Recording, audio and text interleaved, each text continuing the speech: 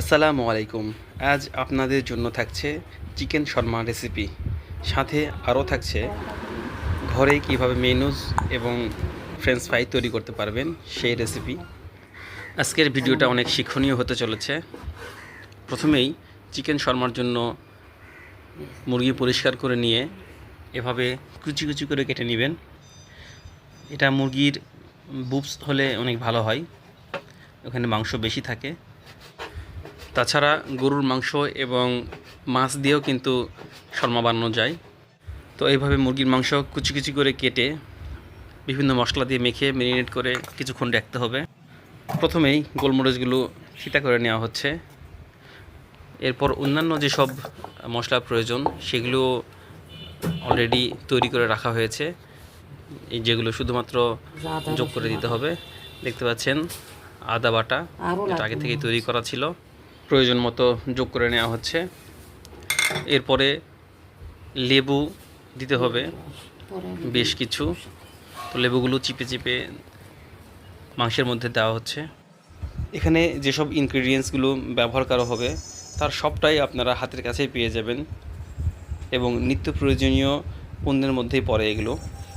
সুতরাং ঘরে থাকা মশলাগুলো ব্যবহার করেই আপনারা সুস্বাদু চিকেন শর্মা তৈরি করে নিতে পারবেন। এরপরে যোগ করে নেওয়া হচ্ছে ভিনেগার প্রয়োজন মতো, লবণ প্রয়োজন মতো,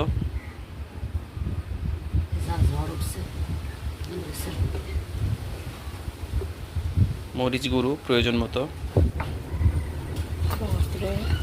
এরপরে সেই গোলমরিচের গুঁড়ো যেটুকু বাটা হয়েছিল সবটাই দিয়ে দেওয়া হলো।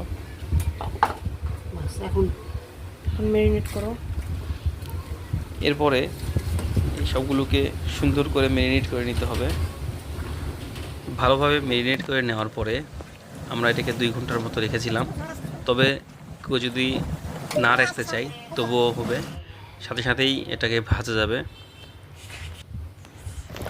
এদিকে বাইরের আবহাওয়ার অবস্থা খুবই খারাপ, ঝড় শুরু হয়ে গেছে, বিদ্যুৎ চলে গেল। তো আমরা ফ্রেঞ্চ ফ্রাইয়ের জন্য আলু ছিলে নিচ্ছি। পেছনে আব্দুর রহমান মোবাইল দেখায় ব্যস্ত। ফ্রেঞ্চ ফ্রাইয়ের জন্য বড় আলু হলে ভালো হয়। আলু ছেলা হয়ে গেলে এগুলোকে একটু বড় বড় কুচি করে কেটে নেওয়া হচ্ছে। এটাকে ফ্রেঞ্চ ফ্রাই শেপও বলতে পারেন। এভাবে একটু বড় করে কাটলে পরবর্তীতে ভাজার পরে ভালো থাকে, খাইতে মজা লাগে। আমরা শর্মার রুটির জন্য আটা প্রস্তুত করে নিচ্ছি। এর মধ্যে পরিমাণ মতো লবণ, চিনি এবং সামান্য সয়াবিন তেল যোগ করে নিচ্ছি। চিনি এবং সয়াবিন তেল যোগ করার পরে এগুলো আটার সঙ্গে সুন্দরভাবে মিশিয়ে নিতে হবে, নয়তো পানি দিলে ঠিকমতো হবে না। এরপর গরম পানি মিশিয়ে আটার খমির তৈরি করতে হবে। আটার সাথে চিনি এবং সয়াবিন তেল মেশানোর উদ্দেশ্য হচ্ছে রুটি যেন নরম থাকে। সমান রুটি নরম না হইলে শর্মা খেতে ভালো লাগে না। আমরা আটা ময়ান করে নিচ্ছি সুন্দরভাবে। অনেকগুলো শর্মা বানানো হচ্ছে, এখানেও কিছু খামির আছে। খামির রেডি হয়ে গেল।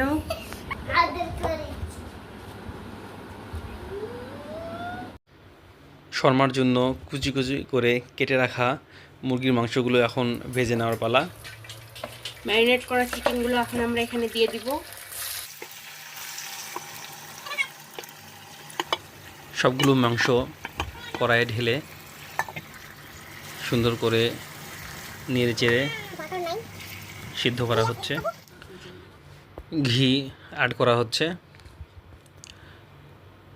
ঘি অ্যাড করার পরে মুরগির পানি দিয়েই মুরগিটা সিদ্ধ করে নেওয়ার জন্য ঢাকনা দিয়ে ঢেকে রাখা হবে। এরপর আমরা এটাকে ঢেকে দিব সিদ্ধ হওয়ার জন্য। এখানে আমরা আলু নিয়ে নিয়েছি, এখানে এখন আমরা একে একে দিব পরিমাণ মতো লবণ, তারপর দিব সামান্য একটু হলুদ,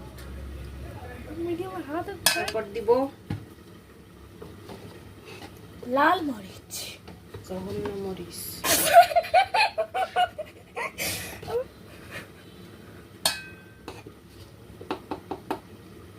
3 চামচ পরিমাণ মরিচ। তারপর আমরা একটু চিনি দিব, তারপরে আটা দিয়ে দিব, তারপর মেখে নেব। ফ্রেঞ্চ ফ্রাইয়ের সাথে আটা দিয়ে নিলে ফ্রেঞ্চ ফ্রাইগুলো অনেক সময় ধরে মচমচে থাকবে। এটা এখন ভেজে নিলেই হয়ে যাবে ফ্রেঞ্চ ফ্রাই।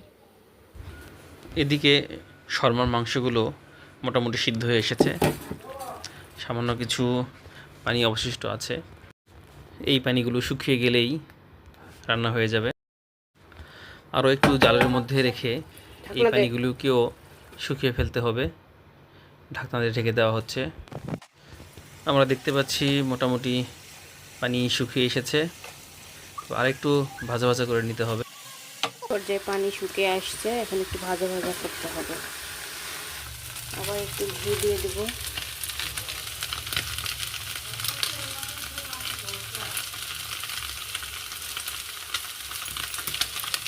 এখন ভালো করে নেড়ে নেড়ে লাল লাল হয়ে গেলে নামিয়ে ফেলতে হবে। আলহামদুলিল্লাহ, অবশেষে শর্মার জন্য মুরগির মাংস রেডি, নামিয়ে ফেলা হচ্ছে।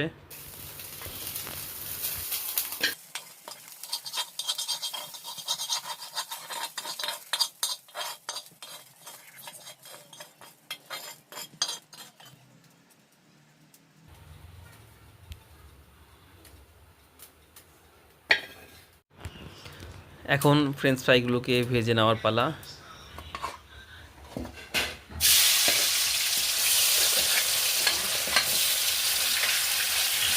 আগে থেকেই মেখে রাখা ফ্রেঞ্চ ফ্রাইগুলোকে এভাবে সামান্য গরম তেলে ছেড়ে দিতে হবে।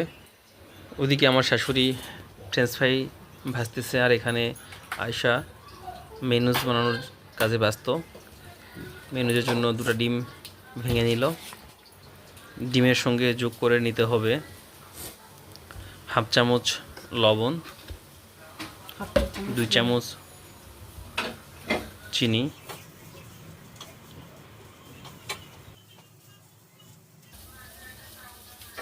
4 চামচ চিনি, সাদা সিরকা,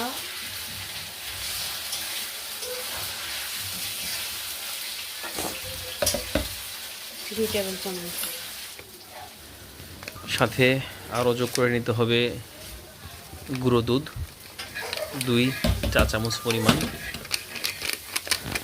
এরপরে যোগ করে নিতে হবে সয়াবিন তেল, যেটা বারবার যোগ করতে হবে।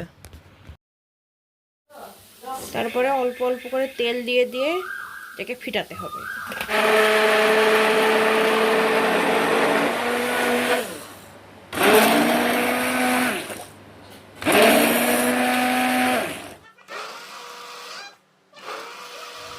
যেরকম দেখতে পাচ্ছেন 2 সেকেন্ড করে ব্লেন্ড করা হচ্ছে, বারবার ব্লেন্ড করতেছে, আবার ছেড়ে দিচ্ছে, আবার ব্লেন্ড করতেছে, আবার ছেড়ে দিচ্ছে। এভাবেই যদি ব্লেন্ড করা না হয় তাহলে মেনুজ তৈরি হবে না, এবং মাঝে মাঝে সয়াবিন তেলও যোগ করে নিতে হবে। মেনুজ তৈরির এই প্রক্রিয়াটা অনুসরণ না করলে মেনুজ কিছুতেই ভালো হবে না, এটা মাথায় রাখবেন। যতক্ষণ পর্যন্ত মেনুজ আপনার আশানুরূপ পরিমাণ ঘন না হচ্ছে ততক্ষণ পর্যন্ত এইভাবেই আপনাকে ব্লেন্ড করে যেতে হবে। তো আমাদের মেনুজ মোটামুটি তৈরি হয়ে গেছে।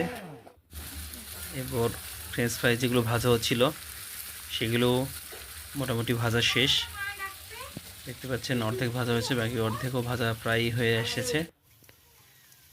এই ফাঁকে আমার শাশুড়ি শসা কেটে নিচ্ছে, যেগুলো শর্মার মধ্যে দিয়ে খাওয়া হবে। আয়শা ব্যস্ত হয়ে গেছে শর্মার জন্য রুটি তৈরি করতে। খুমির থেকে আগেই লেচি কেটে রাখা হয়েছিল, সেই লেচি থেকে রুটি বানানো হচ্ছে। তো আয়শা আগে এরকম গোল রুটি তৈরি করতে পারতো না, তো এখন অনেক এক্সপার্ট হয়ে গেছে, সুন্দর করে গোল গোল রুটি তৈরি করতে পারে। এবং দেখতে পাচ্ছেন একসঙ্গে রুটি ভাজা এবং রুটি তৈরি করা দুটো কাজই সুন্দরভাবে একসঙ্গে করতে পারতেছে। তো রুটিগুলো ভাজা হয়ে গেলে আমরা শর্মা খাওয়া শুরু করে দিব। এই জন্য কাজটা যেন আরেকটু তাড়াতাড়ি হয় এবং আয়শার কষ্ট একটু কমে যায়, সেই লক্ষ্যে আমি ওকে সামান্য হেল্প করলাম রুটি ভাজার ক্ষেত্রে। আর আয়শা রুটি তৈরি করতেছিল, আমি রুটি উল্টিয়ে পাল্টিয়ে ভেজে নিচ্ছিলাম। আমার শাশুড়ি শসাগুলোকে কেটে দিচ্ছে, মাঝখানে বিচিটা ফেলে দিচ্ছে। বিচি ফেলে দিতে হবে, বিচি অনেক সময় খারাপ লাগে। ওই যে ভিজে যাবে রুটি। তো বুঝতে পারতেছেন, যদি শসার বিচিগুলো রাখা হয় তবে শর্মার রুটিটা ভিজে যাবে এবং শর্মার টেস্ট একটু হলেও নষ্ট হবে।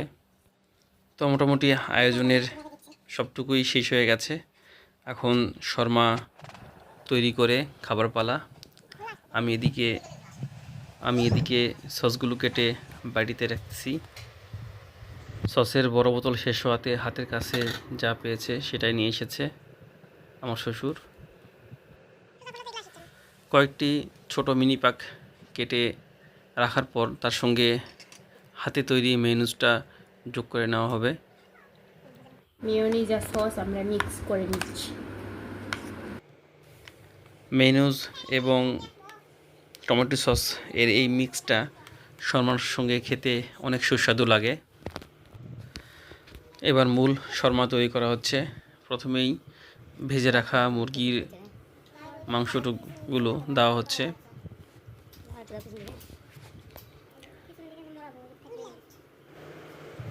এরপর শসা সাজিয়ে দেওয়া হলো, এরপর ফ্রেঞ্চ ফ্রাই সাজিয়ে দেওয়া হলো, সাথে মেয়োনিজ এবং টমেটো সসের মিক্স দিয়ে দেওয়া হচ্ছে। এরপর এটা রোল করলেই শর্মা তৈরি।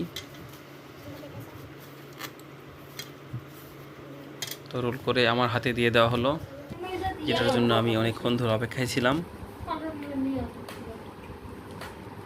অনেক সুস্বাদু একটা শর্মা তৈরি হয়েছে।